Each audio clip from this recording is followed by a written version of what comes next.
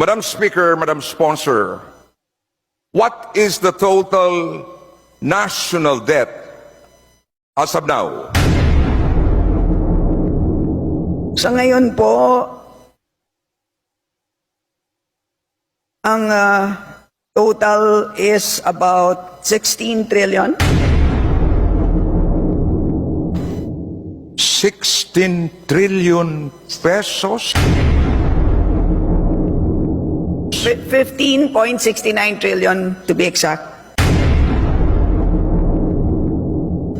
Madam Okay, Speaker. so we now have, Madam Speaker, a total debt of 15.6 trillion pesos.